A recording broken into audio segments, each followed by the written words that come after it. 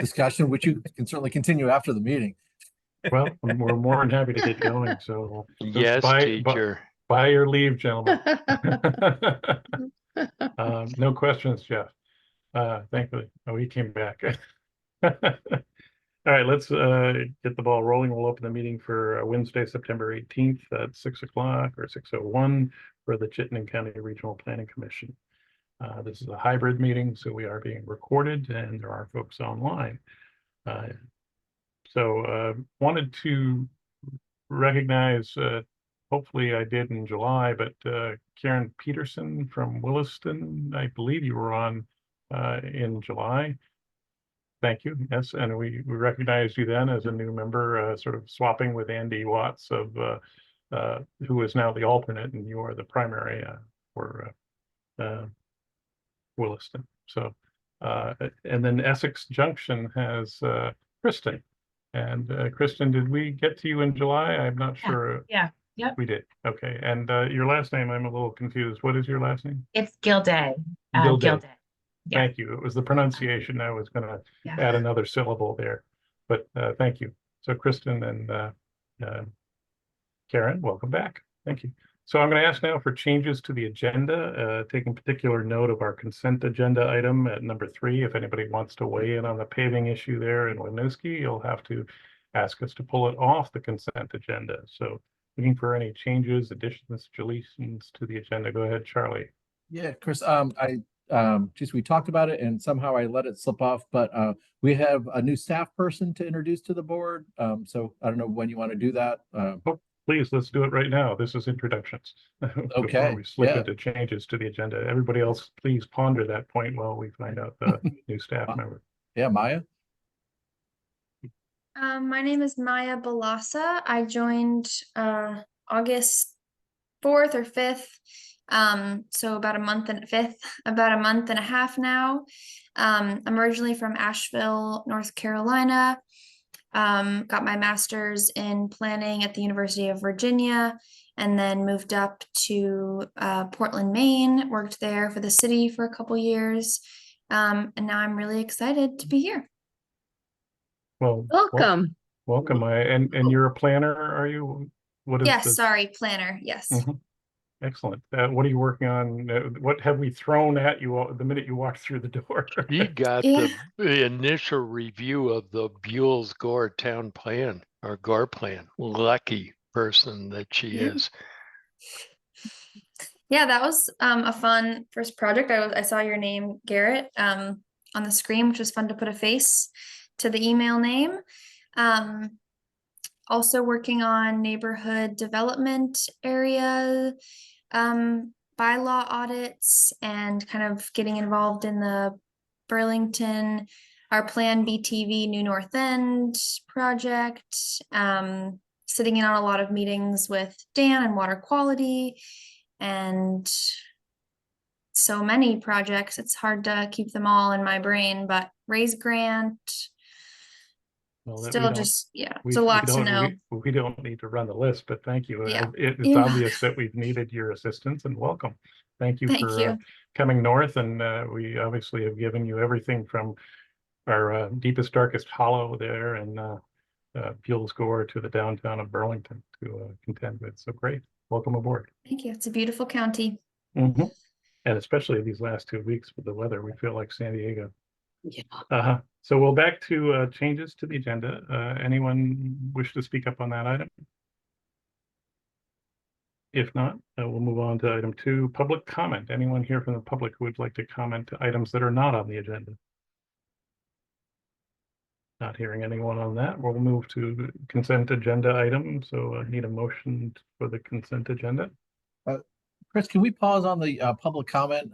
There's a couple folks here who are not board members and Patty Davis has raised her hand. I'm sorry, Patty. I did not see that. Thank you, Charlie. No, it was after you moved on. So, well, Patty, you're muted. That's okay. It took a while to find the hand signal. Yes, I'm just a resident of Essex. I used to be on the planning commission, so I really got interested in the whole planning aspect. So I loved hearing about this new member. That's amazing. So it's an educational experience, but I'm very, very involved in our well-established Forestdale neighborhood in the town of Essex that's been established since 1977 as a residential, the largest residential subdivision in the town. Now, of course, eventually Essex Town wants to build a new center, and I think that's great. It's wonderful. I donated a lot of my pots, my flower pots to them because I'm a gardener. So I'm supportive of that.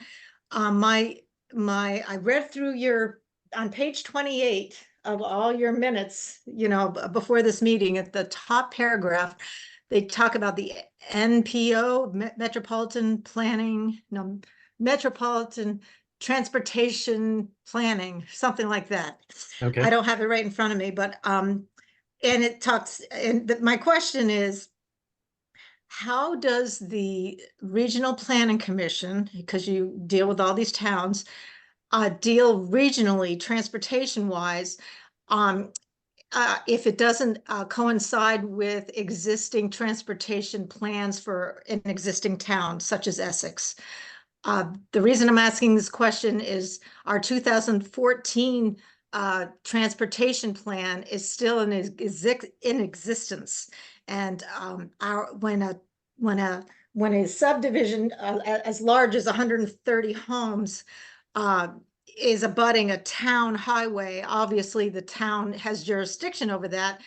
But you, as a regional planning commission, you're making a regional plan. So my question is, why isn't our town of Essex following the 2014 plan that states that both primary and secondary arterials, even if it's a town road, if it's a secondary arterial, the rule is not to penetrate identifiable existing residential neighborhoods, and we are being penetrated by semi-trucks.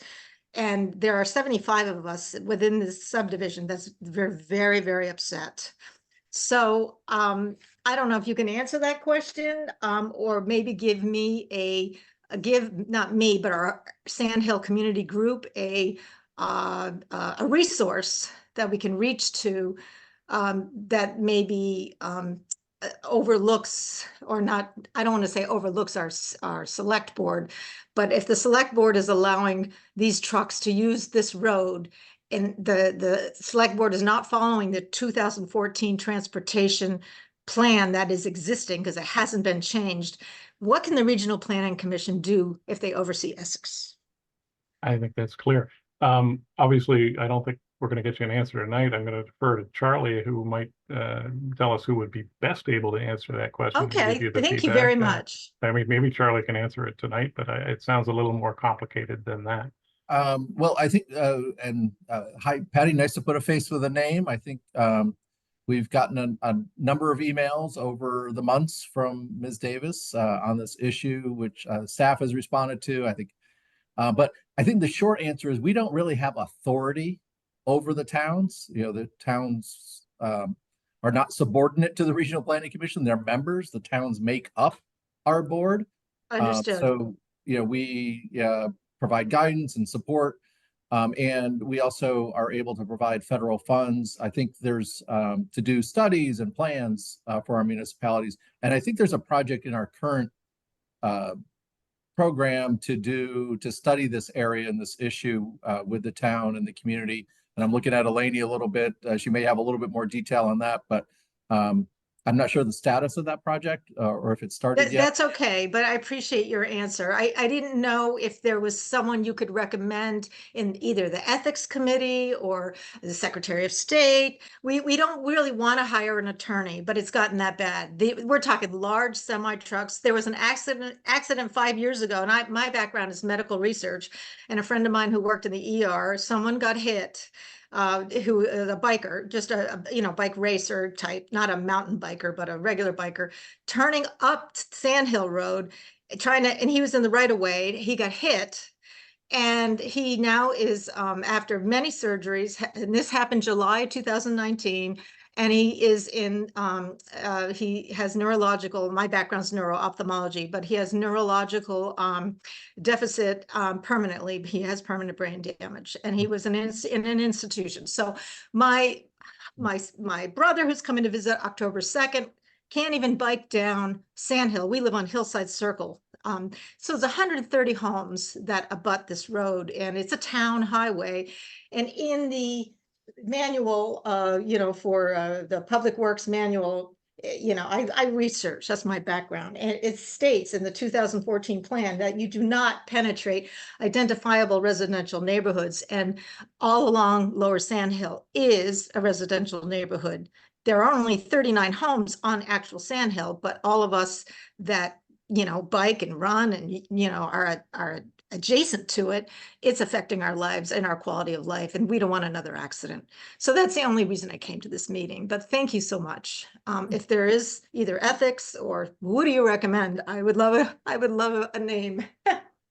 Thank you, Patty. Charlie, is there anyone that perhaps Eleni can follow up on the present status of the transportation plan? And Dana also Yes. wants to provide some input. Yeah. Thank Dana, you. you wanna go? Dana, Well, you I'll wanna just go? start.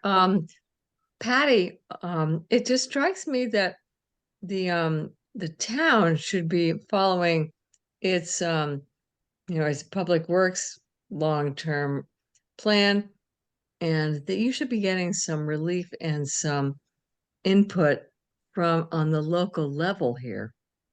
We're So not. No, our whole group is not, but that's okay. Hey, we miss you, by the way. You were such a great planner for the town of Essex.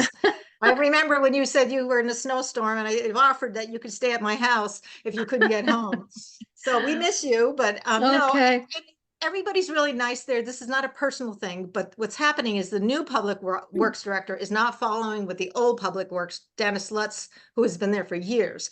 And not only Okay. that, the last UPWP was done between Alan Martin and Stone in Route 15, and his name is Sai, S-A-I, with CCRPC. He was the contact person, the consultant. So between Dennis and the consultant and Sai, S-A-I, the rule is, and I have it highlighted, that all the trucks are supposed to be using Route 15 onto Allen Martin. That's why they made extra lanes so that they could get to the SHIP with Saxon Hill Industrial Park, and they're not. They're coming from Lower Sandhill.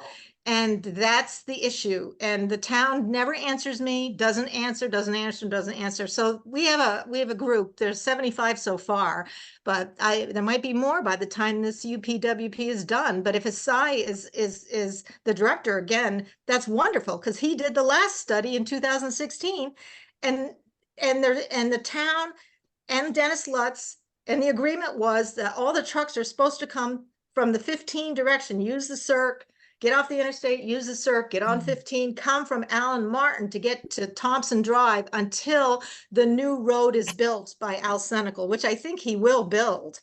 I don't think it's Al. I think the town just doesn't want to maintain a new road, but that's just my personal opinion from everything I've been through. Well, Anyway, thank you I so much. I saw a hand from Andy and Eleni. Maybe you wanted to. Yeah, I pursue it just wanna tell Patty that we do have a study in the current work program. We are trying to set up a meeting right now. Sai is managing that study, and I will Great, I be, like him. Good.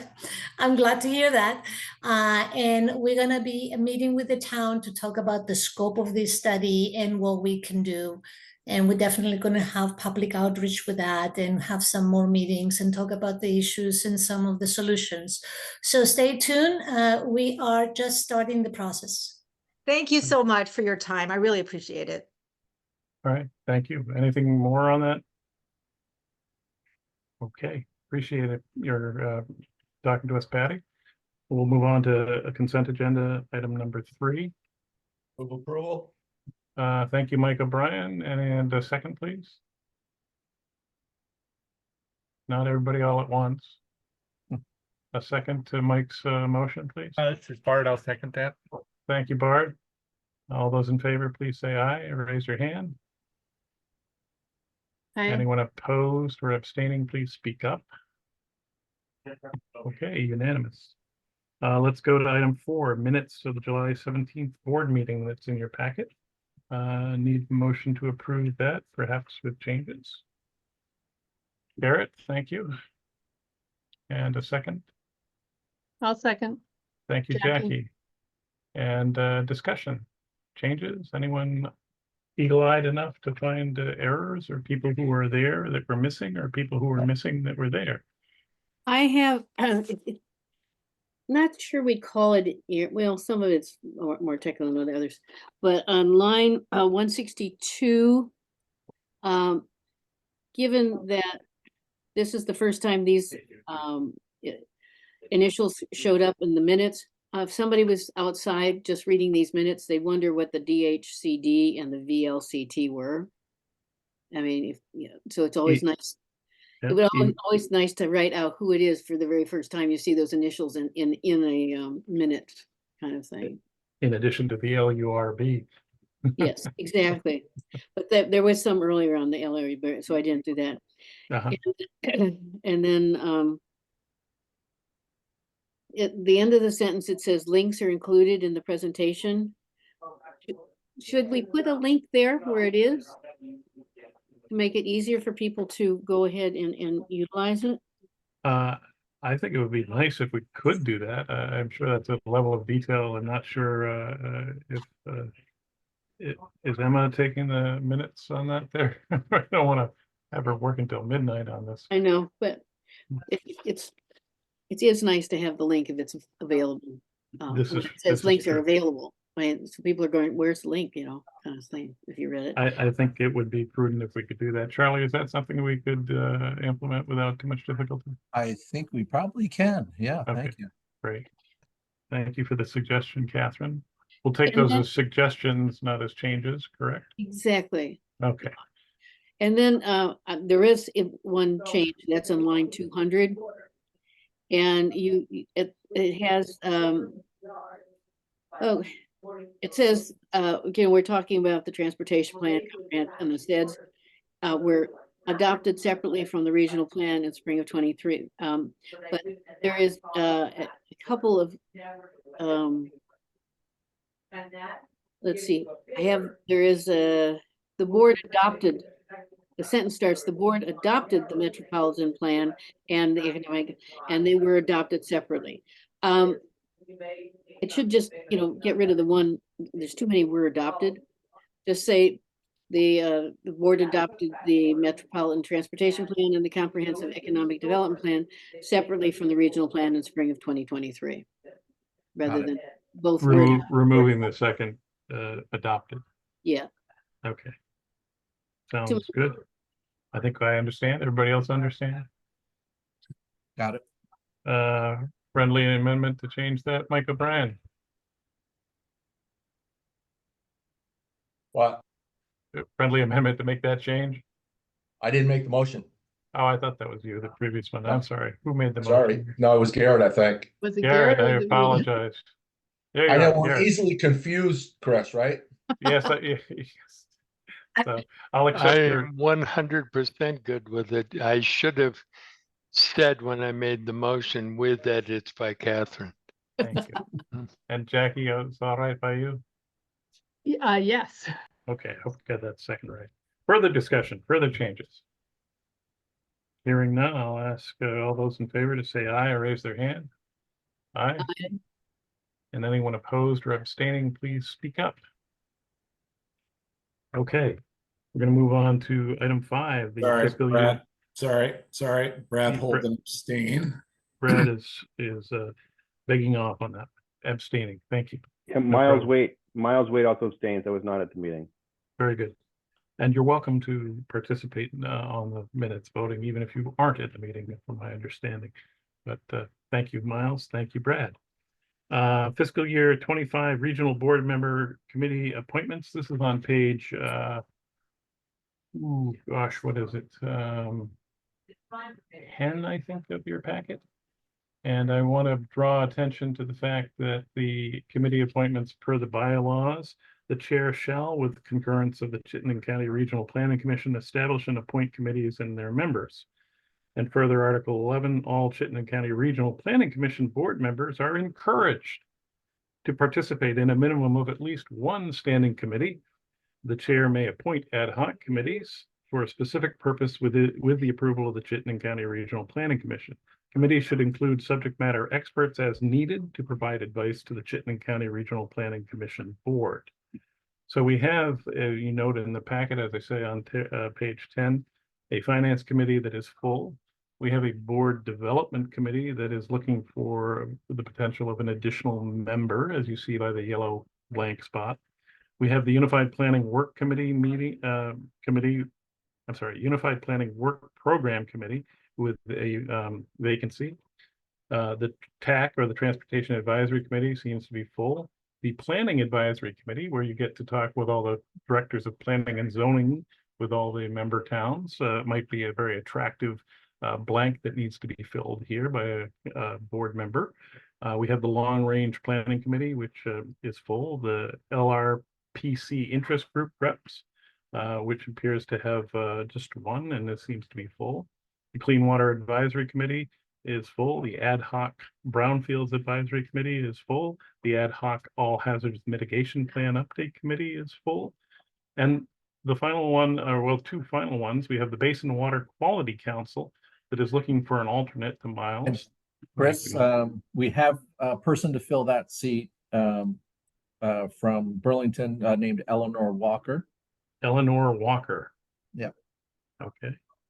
I apologize for folks who didn't speak up soon enough to fill that slot on the water quality on direct to lake.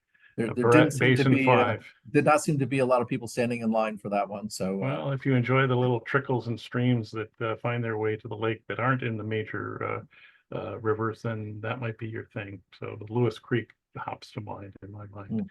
That would be one of those Basin 5s, Charlie. Lewis yep, Creek. That's right. There you go. If you're part of the Lewis Creek organization, that's in your wheelhouse. And then finally, we have the Equity Advisory Committee. We're looking for a CCRPC board member for Equity Advisory. And that meets monthly. The Unified Planning Work Program Committee meets maybe 2 or 3 times a year, Charlie, in January, February. The Planning Advisory Committee meets monthly. And the Board Development Committee is in the process of meeting 3 times over September, October, November for the purposes of revising our bylaws, but generally meets once a year. So one more time, again, I'm looking for 4 names or 4 people to step up. We have the Board Development Committee meeting twice a year, presently in a heavier workload.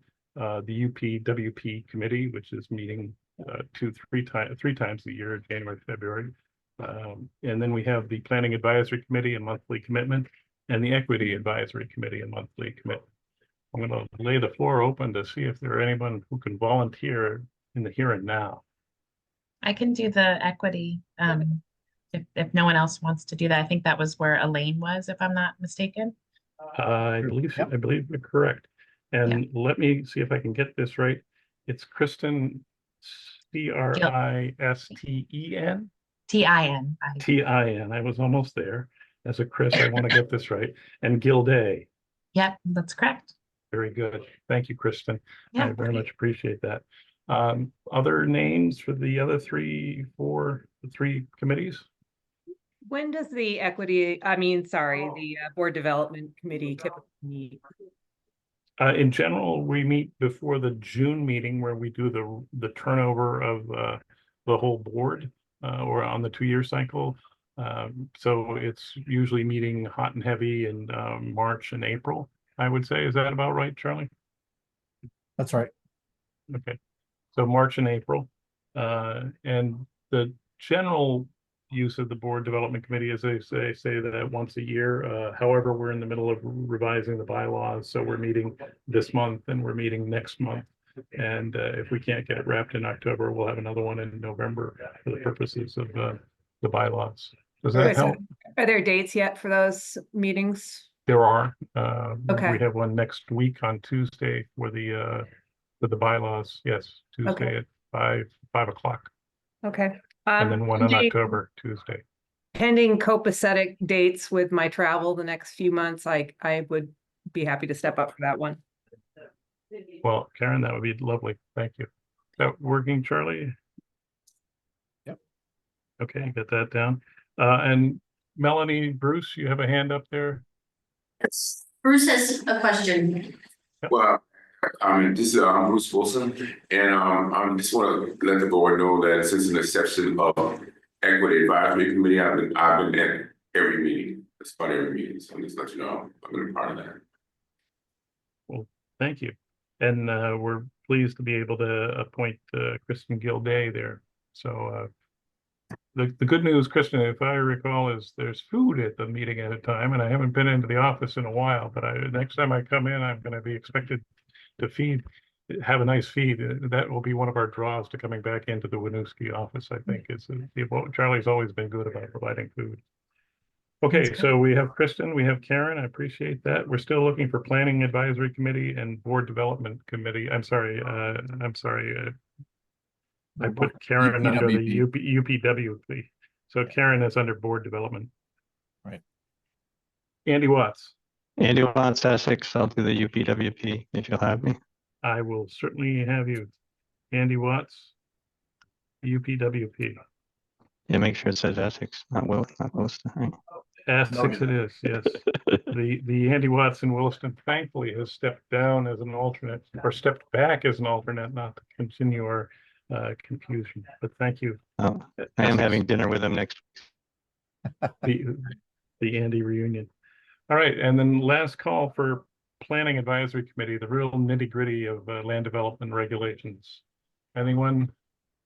Yeah, and I will note that that committee tends to be more of a afternoon committee. So I think it's typically, I'm looking at Taylor, like a Wednesday at like 2:30 or something. PAC is second Wednesday of the month at 2:30, 2:30 to 4. So no takers. If you don't have anybody, can I volunteer for that? Oh, you want to volunteer for that? Well, I'm just saying, if there is no one, I imagine I could insert myself. Yes. Absolutely. Yeah. You can. I guess you can appoint yourself.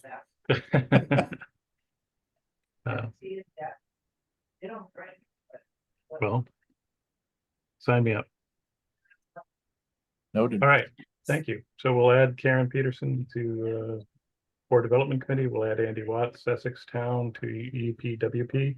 We'll add Chris Shaw to Planning Advisory. We'll add Eleanor Walker to Basin Water Quality Council, Basin 5.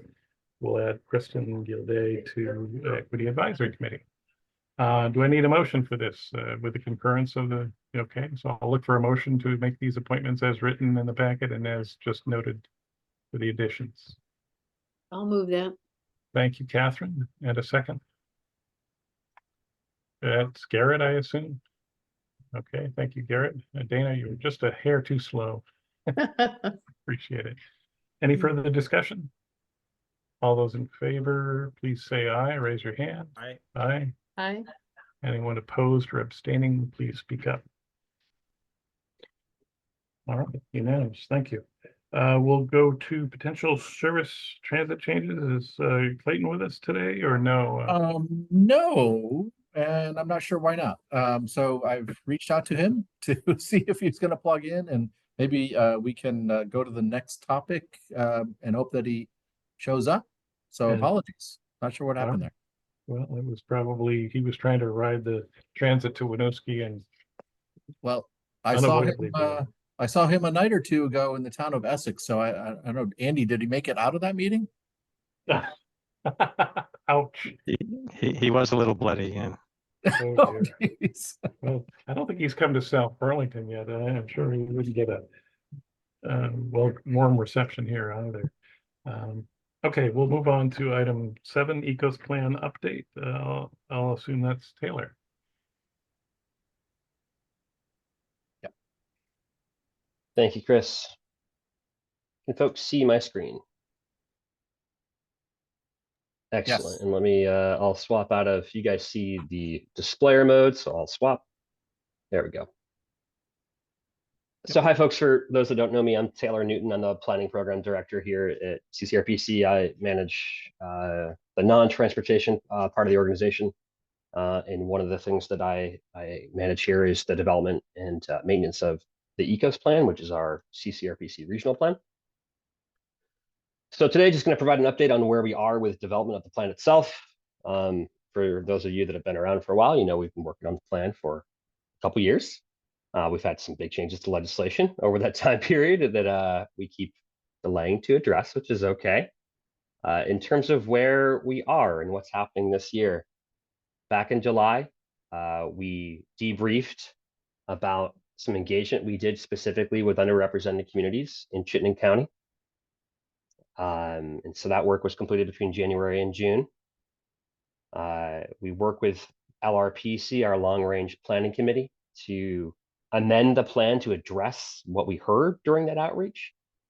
LRPC met in August to talk through those changes. I believe we're in a state where those are finalized and off to the copy editor, sorry, not to the copy editor, off to the formatter. So the plan is actually getting taken and sent to a formatter who's going to integrate a bunch of graphics and maps throughout the entire plan. And so by October, we'll have a draft that we have talked about potentially releasing to the public in draft form or not, haven't made a final decision there. I think we're leaning towards no at this point in time, but we'll have it available. And then we'll also have a website specific to the ECOS plan that we've been developing with a website developer out of DC called Blue Roster, using the ARC Hub platform, which is a platform that kind of seamlessly integrates interactive graphs and charts and maps using the Esri software, which is the mapping software that we use, ArcMap, to develop maps for all of our projects. And so that'll be done in October. And then what I really am going to talk to you about tonight is that we're going to start a whole nother round of engagement. We've actually already started here this month related to the development of a new future land use map for the region and the development of municipal housing targets. And so this work that we're starting in September and that we hope to wrap up by June 2025 is really to implement the changes from Act 181, the big Act 250 bill that just passed this past session. And so this timeline puts us on a glide path to potentially adopt an updated ECOS plan at the end of 2025 or early 2026. I would probably put money on early 2026 at this point. Any questions on timeline?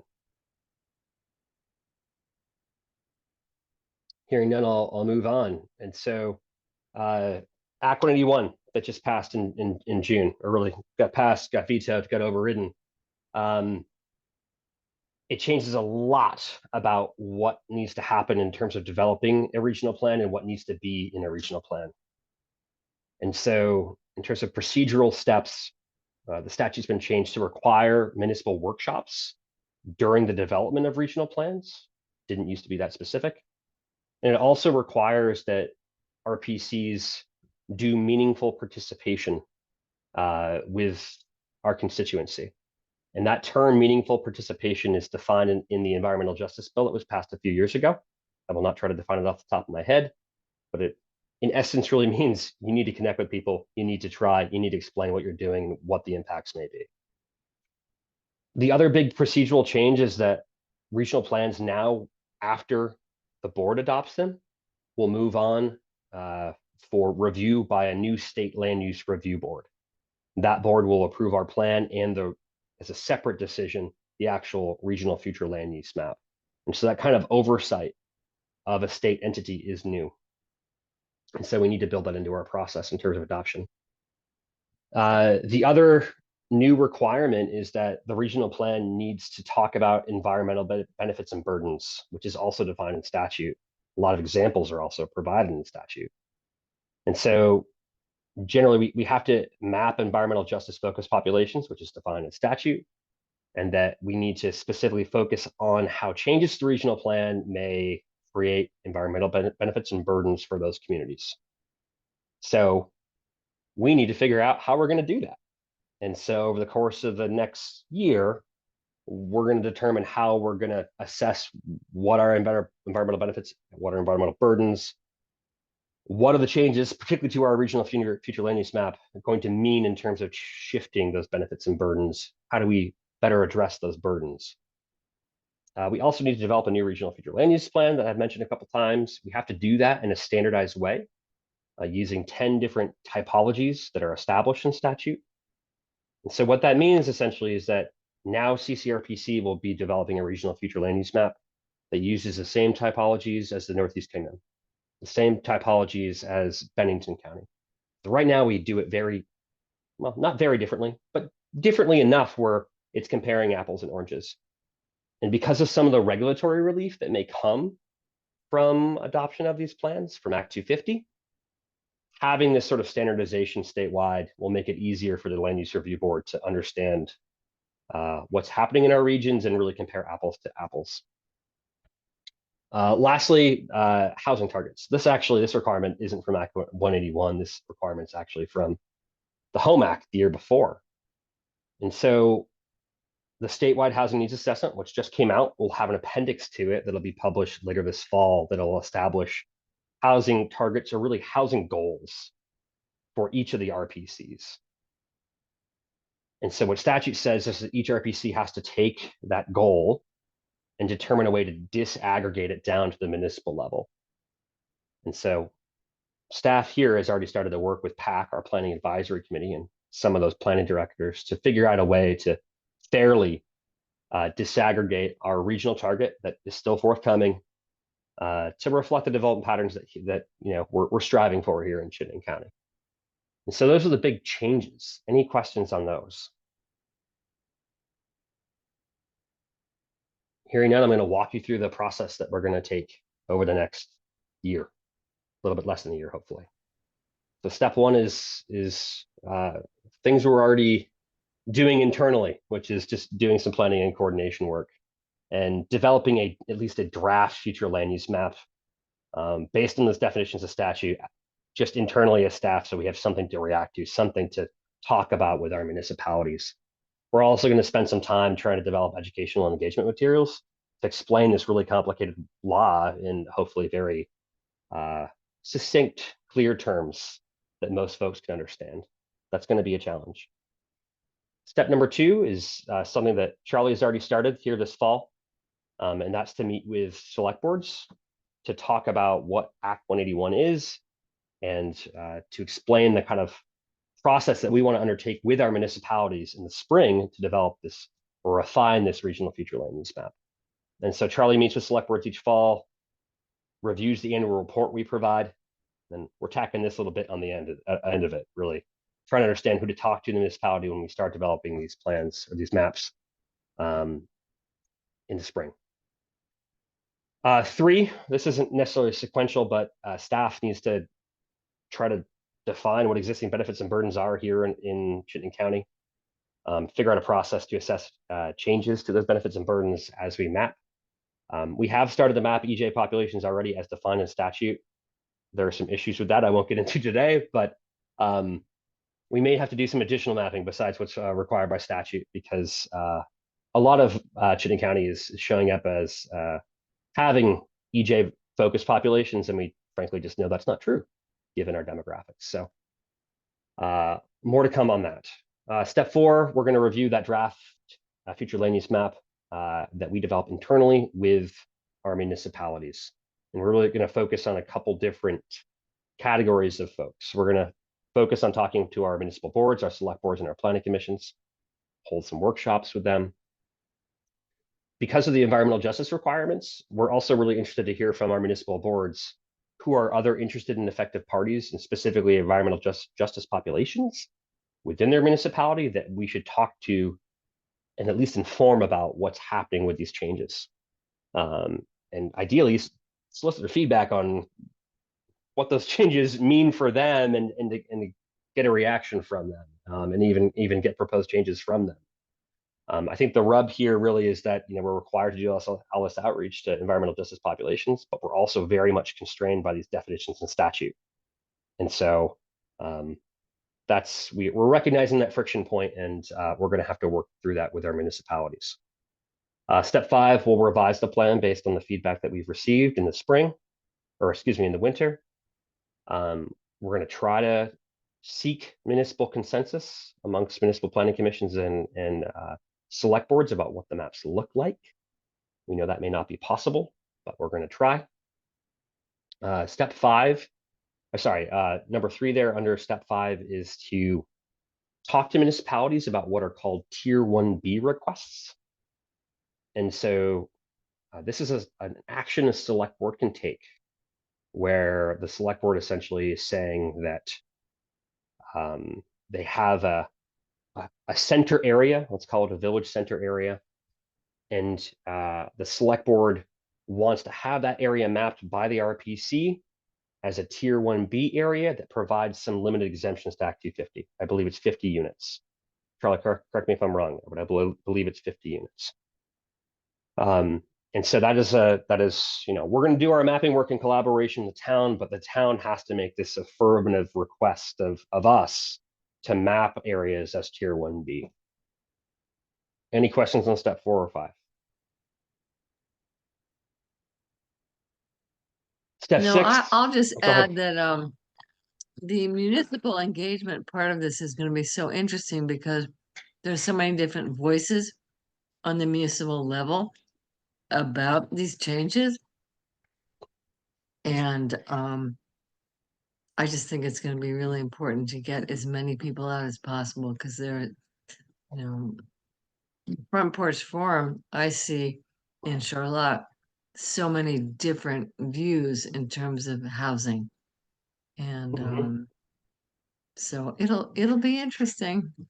What I should have said, Dana, to address that point, that I'm glad you made that point, is that, in working with your municipal staff, your select boards and planning commissions, CCRPC really wants to develop like a customized engagement plan for your municipality. And so I think engagement is going to look pretty different between the Burlingtons and the Boltons of the world. Yeah. And, I don't think that solves the problems you outline, but, we want to design a process in each municipality that fits your needs, and hopefully we'll be successful. Yeah. Great. Bring it on. Yeah. As you're hearing this, you're hearing it also. This is gonna be a lot of staff hours, a lot of staff time. We're doing I customized know. engagement That's plans. exactly what I was Yeah. thinking. I was like, whoa, this is big. It's really big. And It's that huge. works, Taylor, as long as some town doesn't say we don't want any. So let's talk about that, Jeff. I think, we've talked a lot about, who's making the decision here, right? And, we want to be really transparent with our municipalities that at the end of the day, it's the CCRPC board that's adopting this map, right?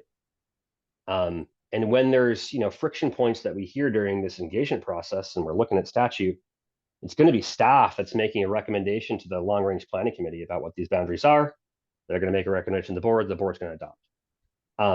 So we want to be transparent about that. But at the same time, I think to echo kind of what, Charlie's been preaching to us is like, we want to make this a really collaborative process and make it as bottom up as possible. Like, we don't want to be imposing something against the municipality's will. And so, yeah, Jeff, that's what you said is what I'm worried about is, the municipality can't say no, but we do want to hear if there's objections, and we want to try to just talk through them in any way we can. This harkens back to the should versus shall debate that ended up in the, I think it was 2000 meeting where there were 400 people or so at South Burlington High School, and they were not happy. We may run in, I realize the state is telling us what to do, but it could be a rerun of that time, and that was not fun. What I'm maybe Charlie's going to say this, but I hear you, Garrett. I think why we're more hopeful it may be smoother here in Chittenden County than in other parts of the state in particular is that our municipalities have done a pretty good job in terms of land use planning. And that, we have a pretty good base from which to start. I'm thinking that for we haven't done the mapping yet, so the draft mapping yet, so I don't really know, but in my mind, a lot of these new land use typologies and statute match up pretty well with what we're already doing. It's going to be around the edges that we may have some friction points. Enterprise districts is something we already have. So those industrial parks, like, they're going to fit right in that category. That's not going to be a big change. It's going to be kind of like the edge of the villages, and a lot of our rural municipalities. That's going to be a friction point. Probably around some of the more villagey zoning districts in a Shelburne, for instance, might be more of a friction point. But I think to the extent that we can here at CCRPC, we want to lean on a lot of local efforts that have happened recently. Shelburne's going through a big zoning effort now. We want to lean on that, and the maps they've created. Charlotte's undergoing a real big master planning process around its villages. We want to kind of lean on those boundaries as much as we can if they hit statute or meet those statutory requirements. So I don't know if that helps, but yeah, Garrett, I hear you. No, it's true. But another piece that needs to be mentioned is that the RPC and the communities had a far more adversarial relationship back then. And Charlie's leadership and staffs and the board have really turned that around to far more people looking at the RPC as being helpful as opposed to difficult. So, it just, this comes under the may you live in interesting times category. And I will just interject here. Taylor mentioned I've started select board, city council meetings, and a few of you, I think we've done 4 of them so far. But one message I'm trying to emphasize, Garrett, thank you for saying that, is that the RPC is your partner in this. We want to do this in collaboration and support good work, but also know that there may be some rubs that at the edges in a few places that we need to work together to smooth out.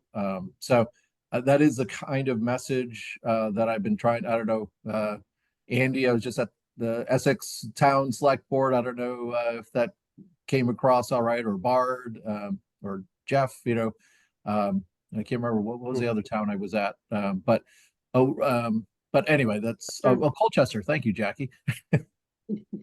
So I don't know, did that message come across okay? Or I was happy to take feedback on that initial messaging about the relationship.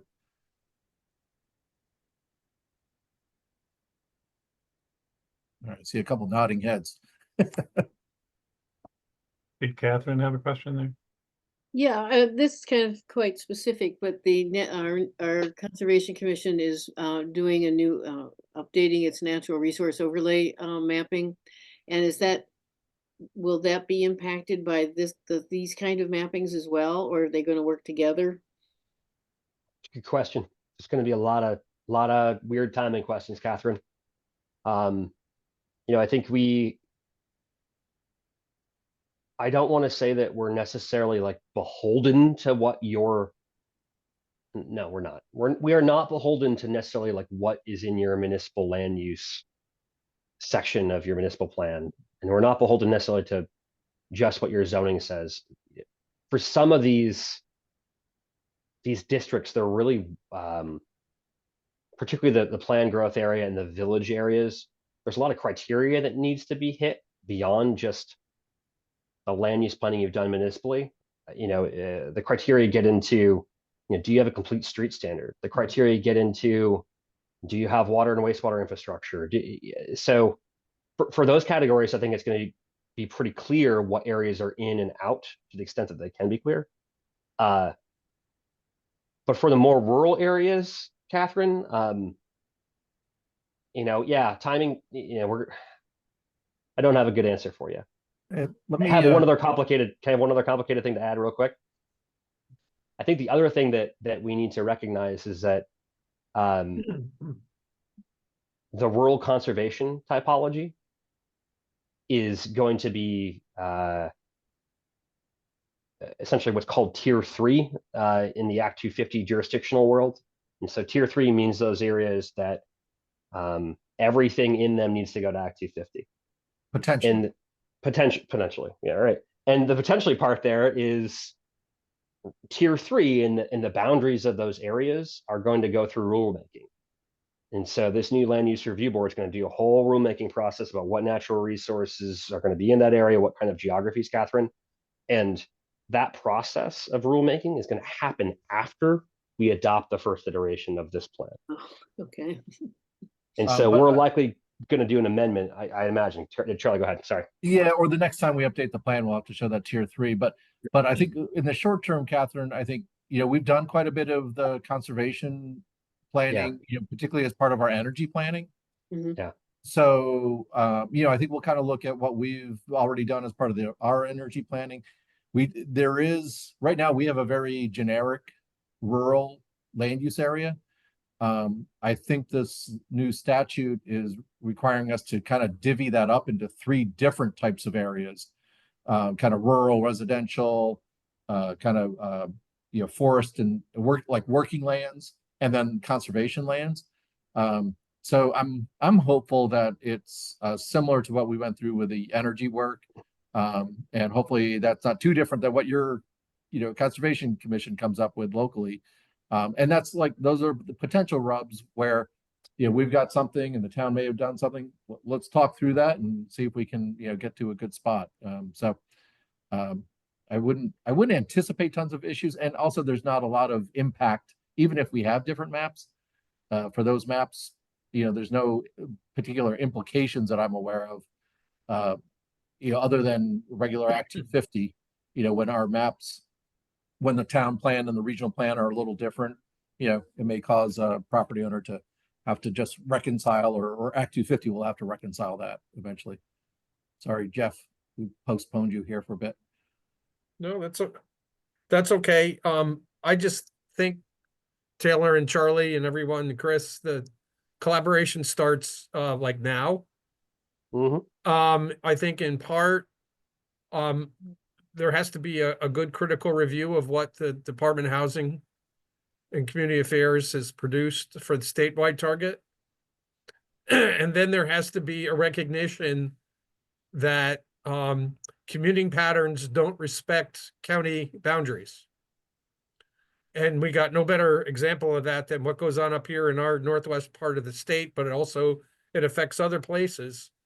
So the point being that an awful lot of whether or not these are going to gain general acceptance is the credibility that targets themselves have and the way that they were arrived at. And it's not just transparency, it's got to make sense. And that's what normally does these things in. And then when we get to the municipal level, I mean, we have to be careful about who says that the city of Burlington has to house all of its workers, for example. Who says that my community needs to house all of its workers? We probably house more than our share of workers. So something has to be done to rationalize the topology here, while still at the same time making progress at our housing crisis, which has been with us now for more than a quarter of a century.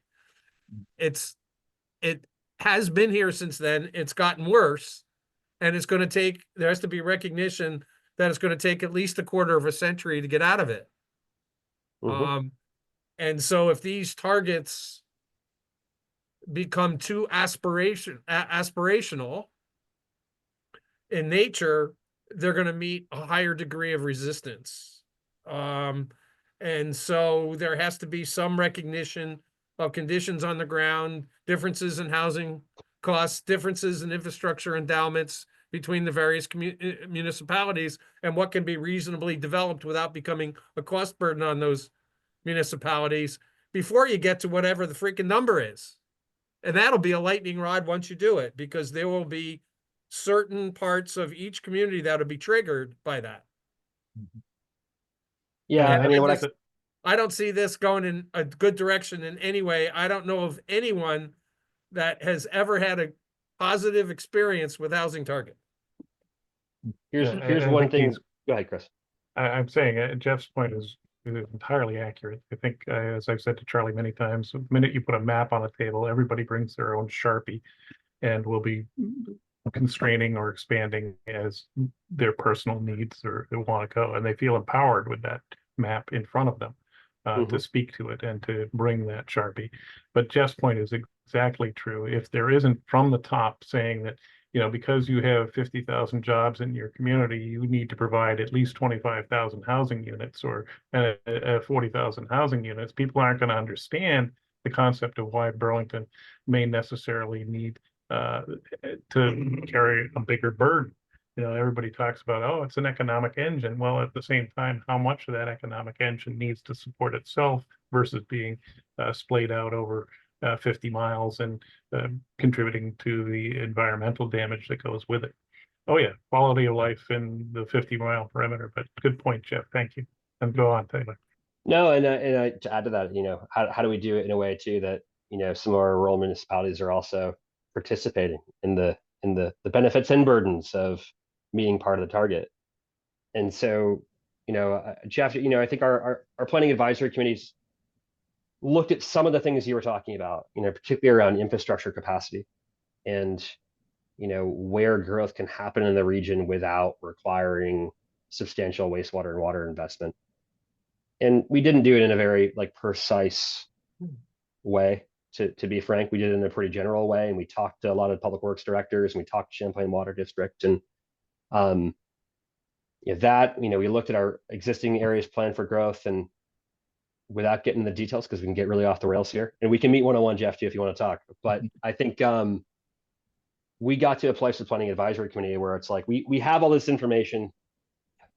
It's a little like we're in paralysis, but here's a simple way where I think we can distill this down into that can be easily understood and doesn't, and honestly, depends on what our number is, because we were testing with a made up number, you know, when we run our models.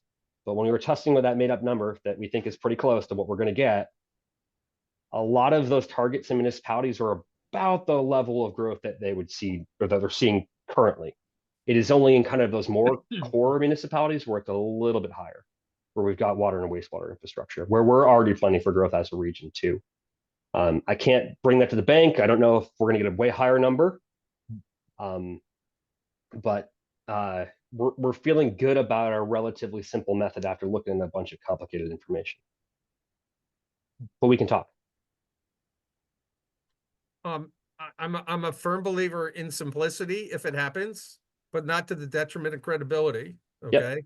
Agreed. And honestly, I don't know how we can do targets for Chittenden County without talking to Catherine Dimitrick up in Franklin County, without talking to the folks in Addison County and probably even Grand Isle County. And then if you really think about it, Washington County, I mean, and Lamoille County. So I don't know how you do this without interacting with 6 or 7 other county planning agencies and do it in the right way. Because all you've got to do is look at the census commuting data, and all those county with their own planning boards are highly integrated with us. And they're going to be sitting there concerned that Chittenden County's got all the jobs and we got all the bedrooms. Well, I'm going to quote one number before I kick it over to Charlie to respond to this. But you know, I was just looking at the LEHD data the other day, Jeff, and that's the longitudinal employment something that the census puts out. And so, you know, Chittenden County's got about 100,000 jobs, and about 63 or 64,000 of those are Chittenden County folks that live and work here. But, you know, 30,000+ jobs or 30,000+ workers are coming here to work. And more than single day. 15,000 of them come from Franklin County. Yeah. And so, I mean, that's been impacting our transportation needs, obviously, looking at things. So it's, I don't envy the task. And, you know, I've already talked to Charlie about trying to help. And I'm glad to do that. And obviously the first thing we have to do is, as soon as the long-term projections are approved by the Capital Debt Affordability Advisory Committee, I can share with you the state population estimates and things like that, so we can start working through what DCHA has already done. And just The for- HCA, sorry, Housing and Uh, Community Affairs. Like, it's Department sorry of for Housing- mispronouncing an acronym. It's Department of Housing and Community Development now. Now it's Oh, okay. DHCD. They don't do any affairs. They just do Oh, development. they don't do affairs anymore? Okay. Yeah. And just one important point, just to follow up on Jeff, that that debate between the regional targets is actually going to happen at DHCD. They're going to give us a statewide target and regional targets. So thankfully, hopefully we aren't negotiating with our neighbors, and DHCD will. I know that, but that doesn't make me feel any better, because that doesn't mean that DHCD knows better than what we could do collaboratively between 5 or 6 of us. Yeah, fair enough. Yeah, it'll be this will The be an devil interesting made me process. do it only gets you so far. Okay. Point taken. Point taken. Cannot. Yep. Understand. Yeah. Where were we? Well, I think the message is yeah, let's all try to kind of make sure that we're approaching this with good intentions and believe that others are approaching it with good intentions. We know there's going to be pushback. There's roughly 40% of the state residents don't want to see any growth in Vermont, so there will be reactions. And I think Jeff's point about the pace of growth. I've worked in a few different states, and when the pace of growth got too high, like it did here in the 70s, we had almost a 3% growth rate in that decade. There was a major reaction, Act 250 and other things to tamp down that growth. It worked, but now we're trying to swing the pendulum back, right? So I think it's trying to find that sweet spot of what's a healthy, moderate growth rate that is, I'll use the word sustainable in quotes, but that can be sustained, politically and fiscally, is a really good question. One other thing I'll say. Someone else. I just want to add that finding that sweet spot is going to be likely a really painful process.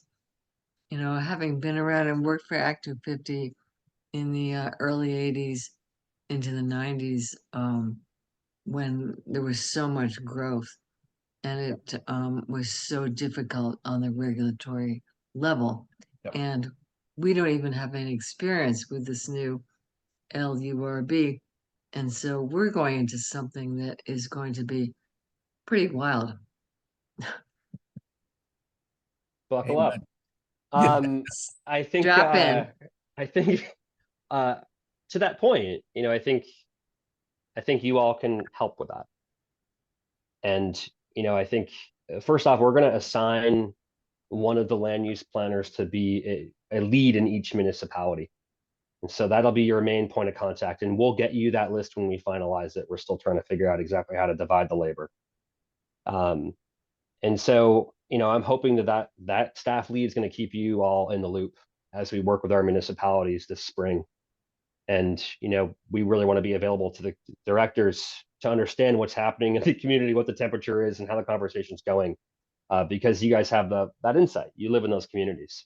And so, please let us know how we're doing and how we can do better as we work with your municipalities. Step 6, next summer, we're going to have a bunch of consensus on some maps, I think, and some targets. Everyone's going to be holding hands. It's going to be great. Be no problems. And then we're going to provide a staff recommendation to the Long Range Planning Committee. We have LRPC kind of make sure we're doing the right thing, see if from a regional perspective, if we're doing anything wrong, if there's any big errors. We're probably going to do like a formal recommendation to LRP for each one of our communities, and maybe even outline some of what these rubs are going to be or are in some of these municipalities, so the LRPC understands and we can talk through those issues with the LRPC. So Dana, you're going to be there for that, so you'll have a front row seat. Go ahead, Jeff. The last thing is,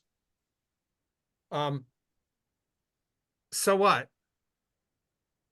You provide a whole bunch of targets down to each individual municipality, and say, you tell Charlotte they've got to produce 5,000 housing units in the next what happens to Charlotte if that doesn't happen?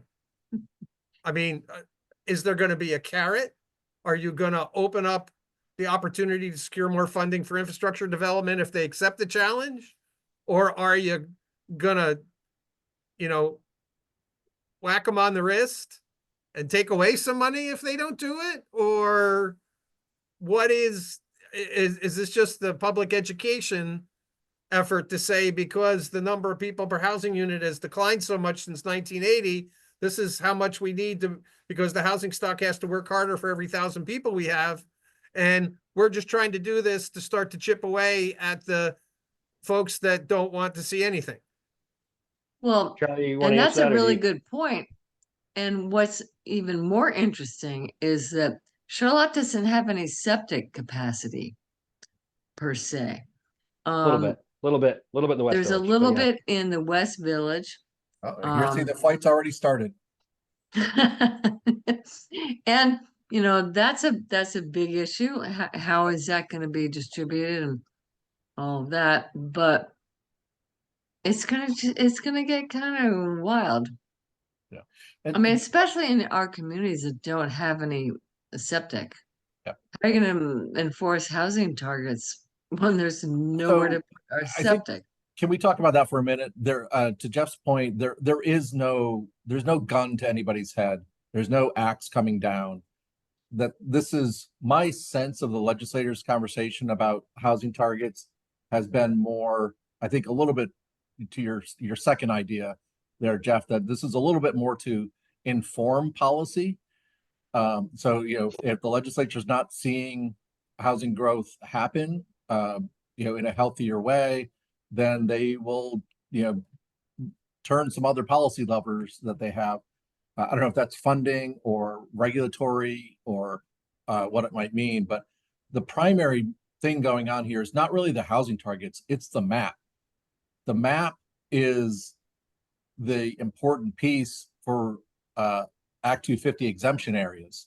So what is going on is much more of the carrot conversation going on. I'm trying to you know, provide regulatory relief where the municipality wants to have growth, where the region wants to have growth. So that's the primary thing. And then, you know, the target, I've actually been wondering if we should ask the legislature to change it to more of a goal, you know, and kind of like soften just the terminology a little bit, which is more of my sense.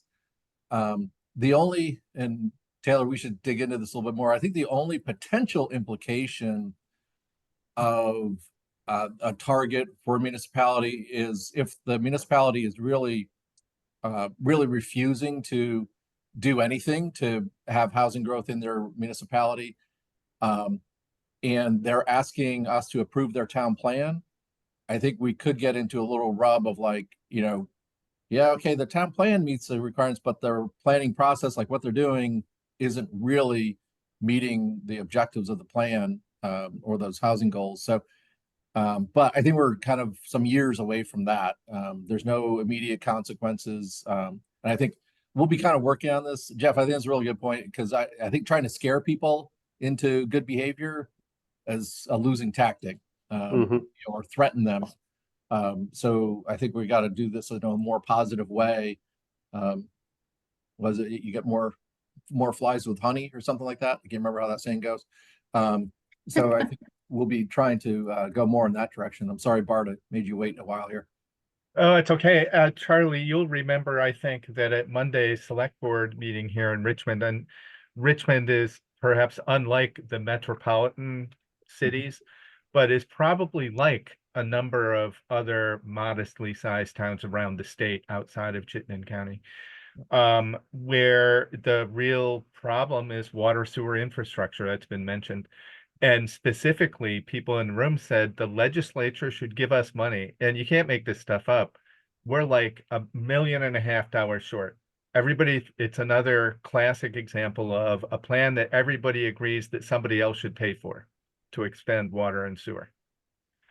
And so there are opportunities for housing, and it's basically in our small town, like some other small towns, it's either infill or expanding water sewer around the margins of the existing water sewer service. And it's not huge money. It's like millions. It's not tens of millions or hundreds of millions. And so part of what it looks like for me, and again, sort of perhaps skewed by my observation and experience here in Richmond, is I think a modest amount of money, almost like a grant program to extend water and sewer in exchange for housing development. I think there are opportunities there that are sort of the tipping point for that kind of infrastructure from the legislatures, because nobody in town wants to pay for it. Yep. Agreed. I'll add one thing to that, Bard, in that, a lot of the Clean Water State Revolving Fund monies that are available for wastewater infrastructure are really, the state has really targeted spending that within village center designations, downtown designations, these relatively small geographies. And that with this law, with this new map where we're doing planned growth areas, where like we have this expectation that water and sewer is going to be there or already is there.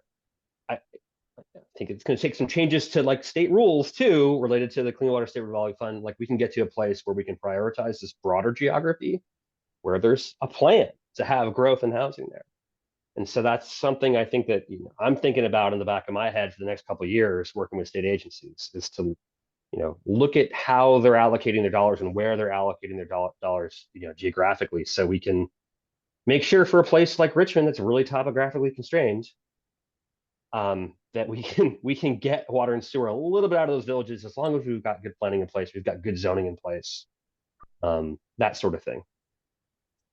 And I'll repeat, I think there are many towns situated along rivers with slopes around them that are going to be really similar to Richmond.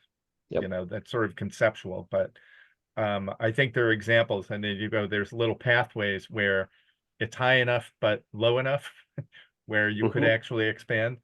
And I think that sort of map targeting, I don't know how it'll play out, but it seems to me that there are probably the examples in numerous towns around the state where that would be true.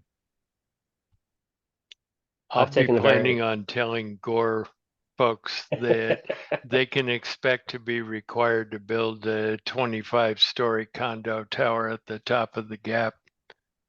But it's just one. I mean, someone's going to pay a lot of money for that, Garrett. So, I mean, you'll find a taker. I mean, the views would be tremendous. I've taken up a lot of time, so I'll just wrap up by saying that, we'll be bringing something to you, hopefully by summer 2025, for you guys to look at before we start the real formal adoption process next fall. Step 7, we also want to do some evaluation of the process we did. I don't know what that looks like yet, but we do want to hear from our constituent municipalities about how we did going through this really complicated process to develop these maps. Couple other next steps. We're going to present this plan to LRPC and PAC in October to see if they have any comments or questions. We'll amend our plan as necessary. Charlie's already meeting with city councils and select boards to do outreach and education. And we're going to continue to work on these regional housing targets once we get this big state number, to make sure that the method we came up with is still going to work. One other thing I want to note is that there are a bunch of interim exemptions to Act 250 right now. And there's this handy interim exemption map viewer that talks about all the different exemptions exist and how many units and those sorts of things. Just Google Act 250 interim exemptions. This map should be the first thing that pops up. If you have questions, feel free to reach out to me. I'm happy to talk to you. Or better yet, reach out to the Act 250 district coordinator. Lastly, if you have any complaints, reach out to them. If you have any questions, reach out to me. Other Ecos Plan updates, like I said, the plan is out to our formatter. So, we're going to kind of get this plan lined up to look pretty and great and awesome.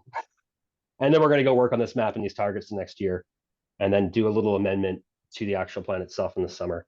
And our website is well underway. And Melanie, who is here, is actually presenting the website at the NEARC conference, which is the DIS Planners Conference next week, because we think it looks really great. With that, any other comments or questions for me? Yeah, unpack that acronym, the NEARC conference. I cannot unpack that one, Melanie. You are going to have to unpack that one. The abbreviation is Northeast Arc User Conference. The ARC refers to a geometry type that's used in GIS. Very good. I love that stuff. Mapping. And I'll just get giddy with it. If Chris, if I can, the interim, just a little bit of data I got recently on those interim Act 250 exemptions. You may have heard me complain over time that like the state designation program only covered 0.3% of the state land area. The interim exemptions, because they are buffers around the designated villages and downtowns and the transit corridors in Chittenden County, now include about 2% of the state land area. And partly I'm saying this out loud to you because there's going to be pushback on growth, but nobody's trying to pave over paradise here. This is a pretty strategic, limited geographies for Act 250 exemptions to try to incentivize growth where towns have already planned for it. So just thought I'd throw out a couple numbers for you. I know in testimony during the session, it was like, it's still, no matter where we come up with this plan and these maps, I'm thinking at most it's going to be single-digit percentages of this whole state that are part of these growth areas. So anyway, I hope that is helpful. Very much. Thank you. Thank you, Taylor.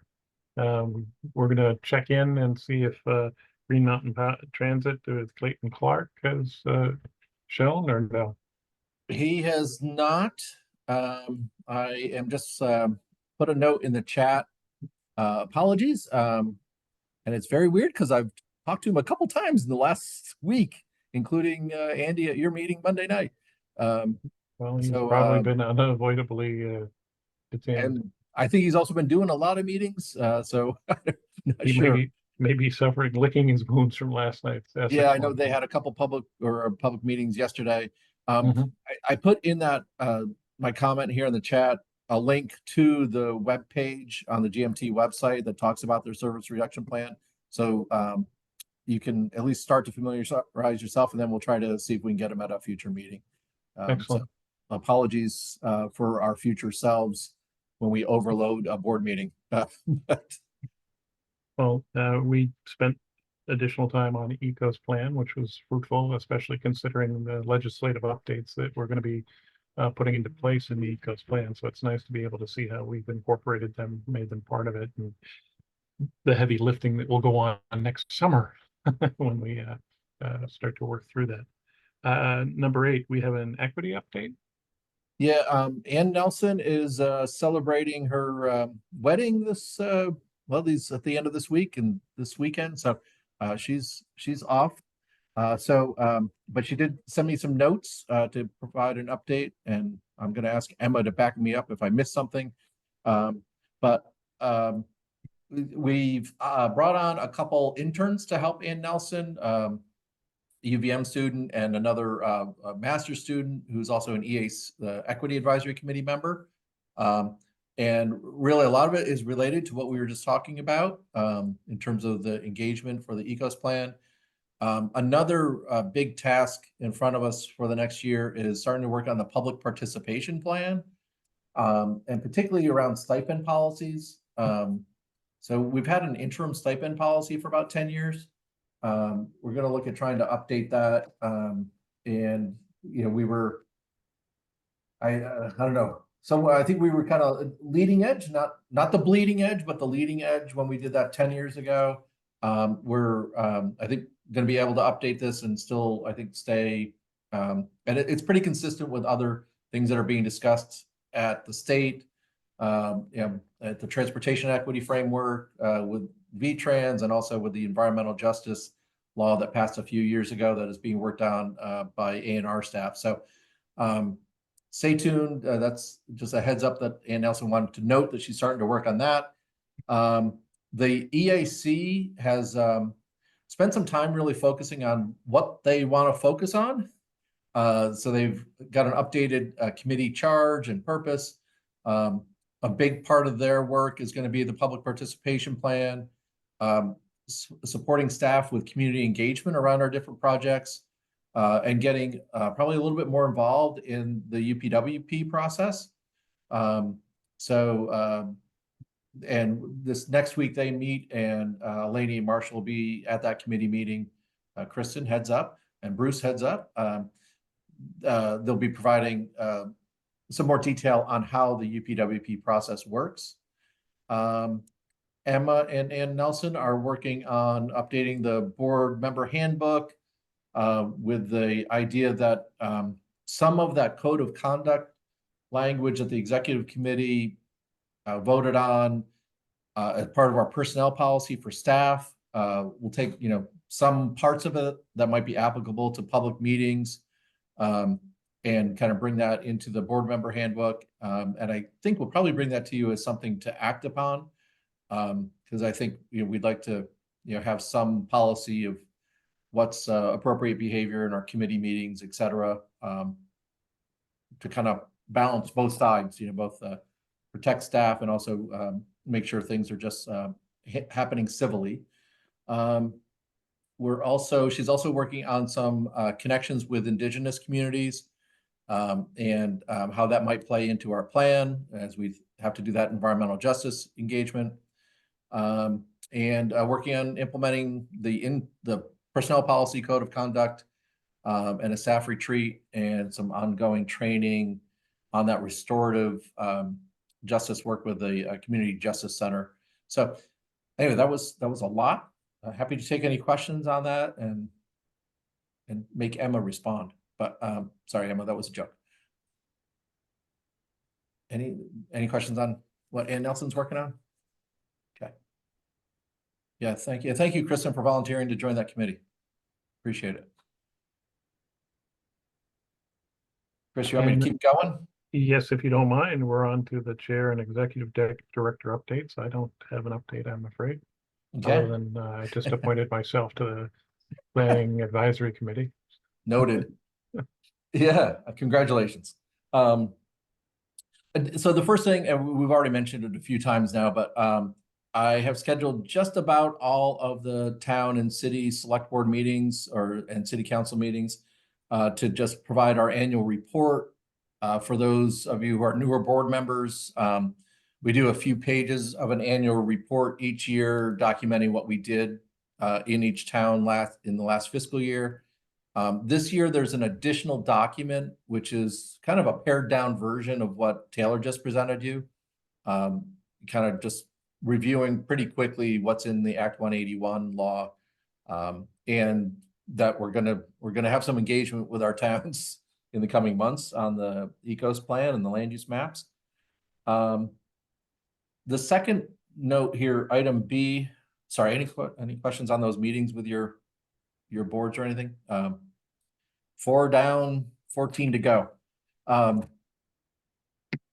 Housing issues. I just want to let you know that some conversation amongst municipal managers and the mayor from Burlington has resulted in us, well, I'm trying to do a little bit to be a neutral facilitator for some conversation on the housing issues. I don't know if you've read any news today, but there was apparently a meeting of a bunch of municipalities in Montpelier today asking the state to help with the homeless issue.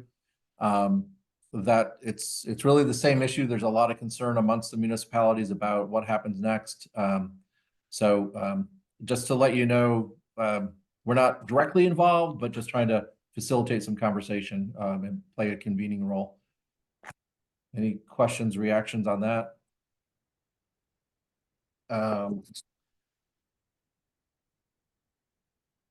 And yeah, Clayton just sent me an apology for missing the meeting.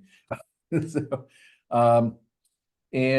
just the next thing is just to note that there is a religious holiday on the third Wednesday of October. And so the executive committee decided to move the meeting to Tuesday. And I'm hoping that works for everyone or just about everyone. So October 15th. But underline the Tuesday in your brain. And I think Emma, are you okay with this? I think Emma is probably going to send an email to everyone to see if it would be helpful to you to not just get an email, which we will still send an email with the meeting packet and the Zoom link, et cetera. But wondering if it would be helpful for you to get a meeting appointment. Those of you that are keeping digital calendars. So is that okay to ask you? I guess we'll ask that and see what kind of response we get. Seeing a couple I don't want to nods. be asked. You just want the appointment? Yeah, just go ahead and send it. You don't have to Well, accept it. that is one good answer. Should we just send an appointment? Yeah, Chris, I don't know if this is where you should step in and facilitate, Chris. Well, it's not costing an increased postal stamp. I'm sure we can just send the appointment. I know it doesn't necessarily work for me where I have complained, but I'm actively on Outlook or so. Catherine?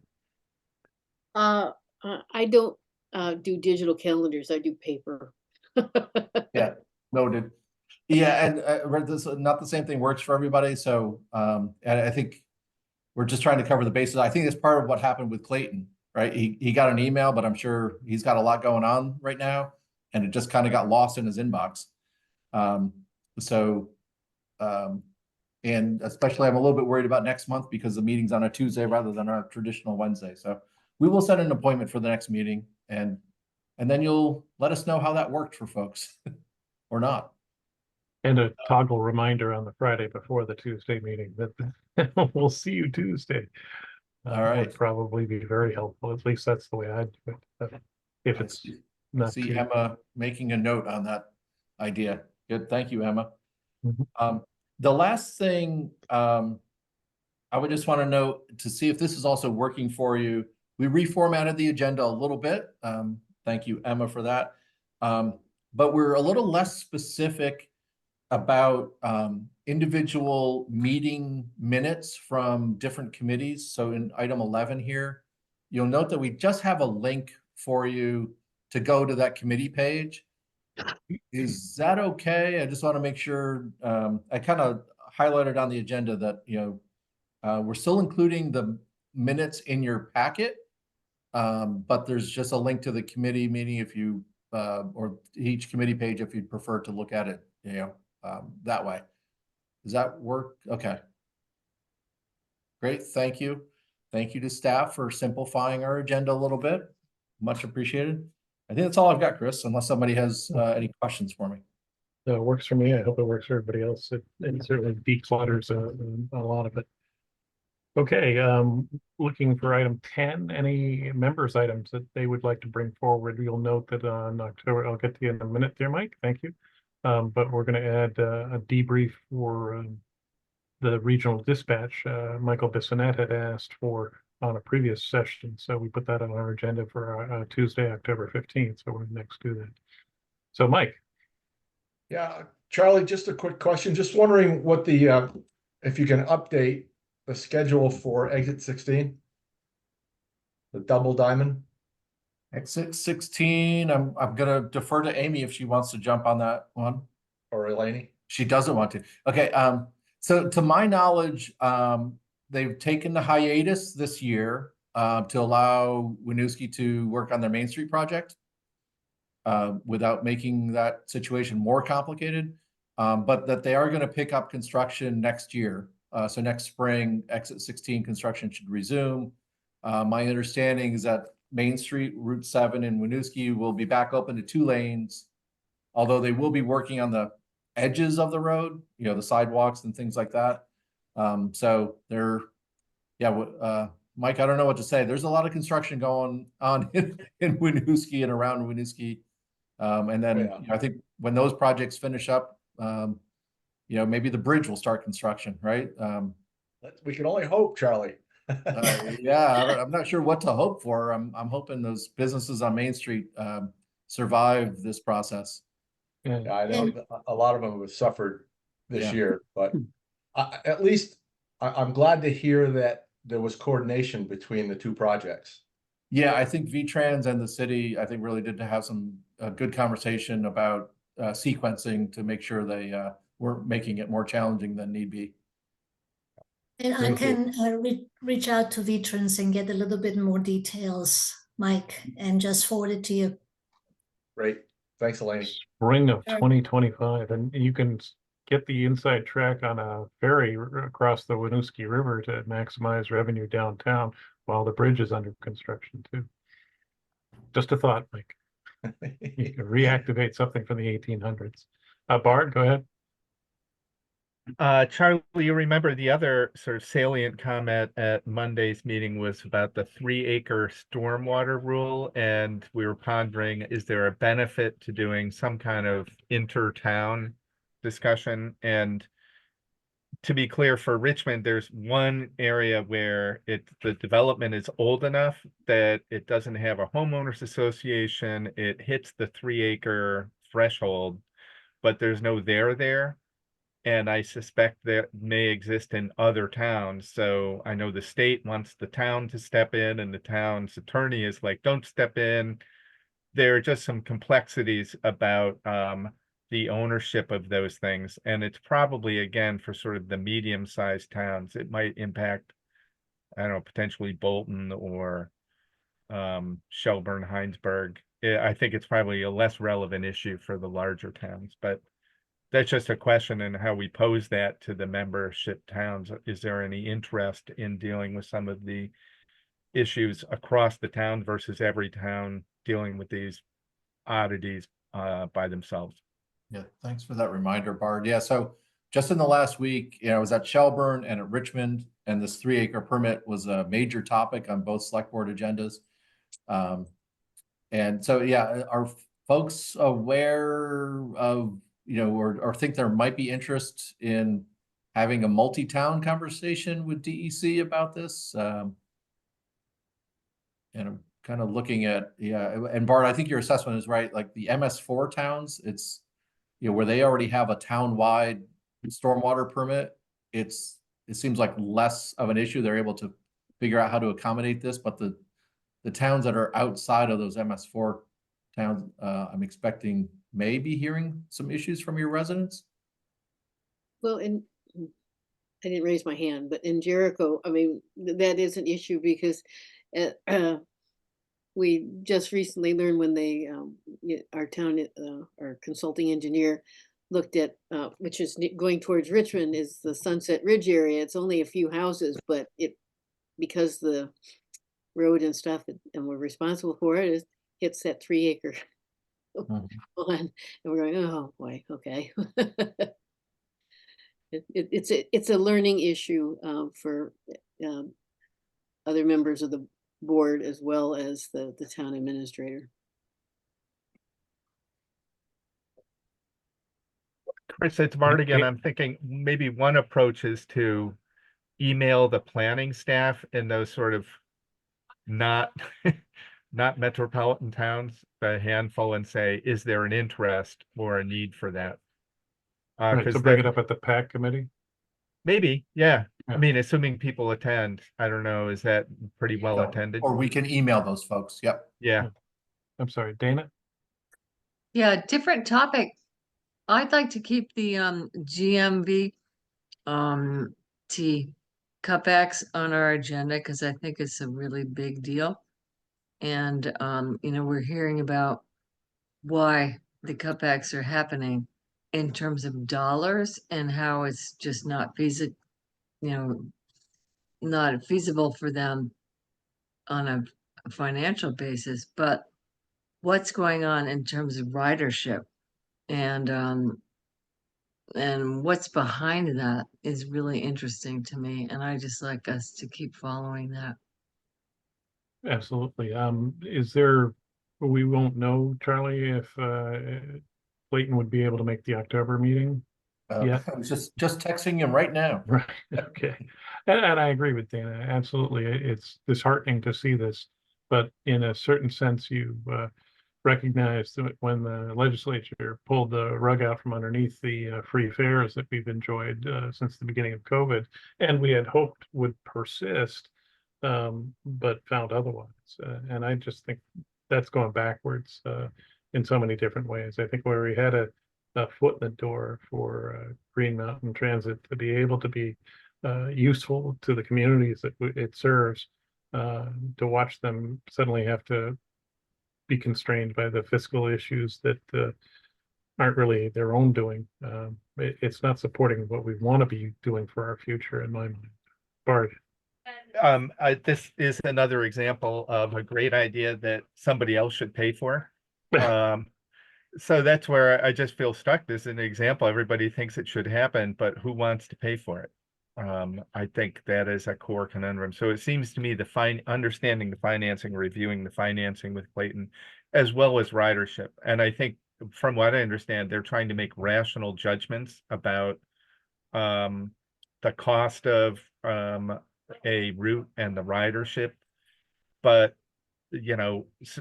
at the individual level, some people's plans are just going to implode. If you relied on GMT to get to work every day on a route that was not heavily used, it sure feels like sort of Armageddon, I guess. I absolutely think the legislature should be taking up this topic more. Catherine? I want to follow up with what Bart has just said. I mean, granted, turns out the Jeffersonville commuter is one of the most expensive routes because it doesn't have a huge, when it started, it had pretty decent ridership, but the pandemic changed all that. But there's still a core group of people that really use it to go to work, and without it, they're not sure, because they're they're on a tight budget, have one car, so somebody goes to work, somebody goes to school, or and we have community members who have been saying, what can we do, what can you do, we need this, we can't go to work if we don't have this. Yeah. And so how do we fix it to maybe a micro transit or something for out there, whatever, because the people, it's necessary.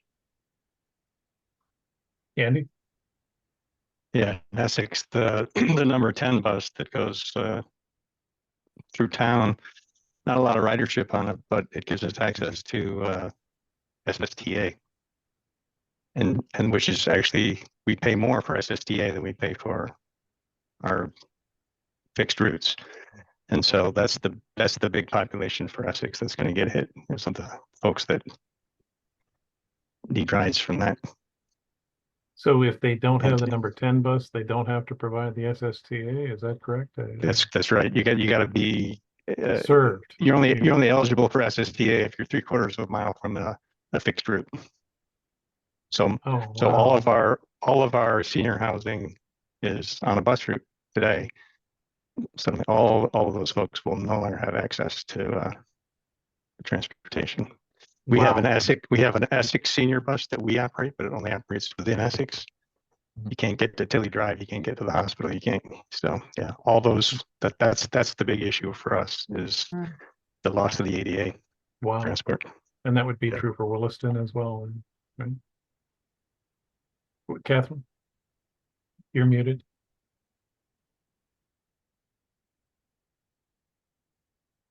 Catherine, you're still muted. Yes. Thank you. Yeah, I mean, I'm glad you mentioned it. I didn't realize that was, because if we lose that, we'll lose the SSTA, which people use, because we have Jerry Hill housing, senior housing, and there are a lot of housing off of Starboard, which all are next to, Route 15. And people also rely on that. I mean, it's kind of tragic. Taylor?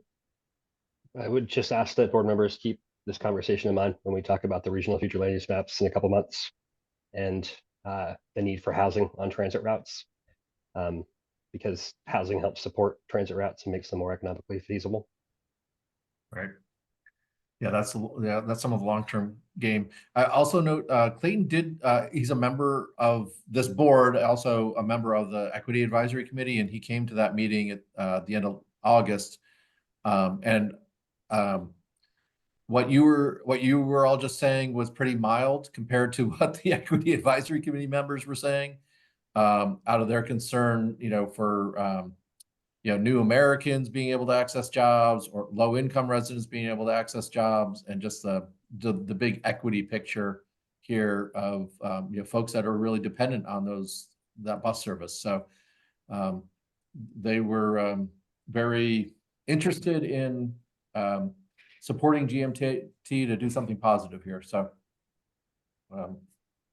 and Bart, I will follow up with the planners on the 3-acre conversation to see if there's interest there. And then in addition, is there anything that the other regional planning commissions are doing along 3-acre stormwater? Charlie, if there's any check-in you can do on that. Yeah, I'll check. I have, we just had our monthly meeting and it was a minor issue in a couple regions, but not, I don't think they have as many subdivisions as we do that Sure. are Yeah, large, okay.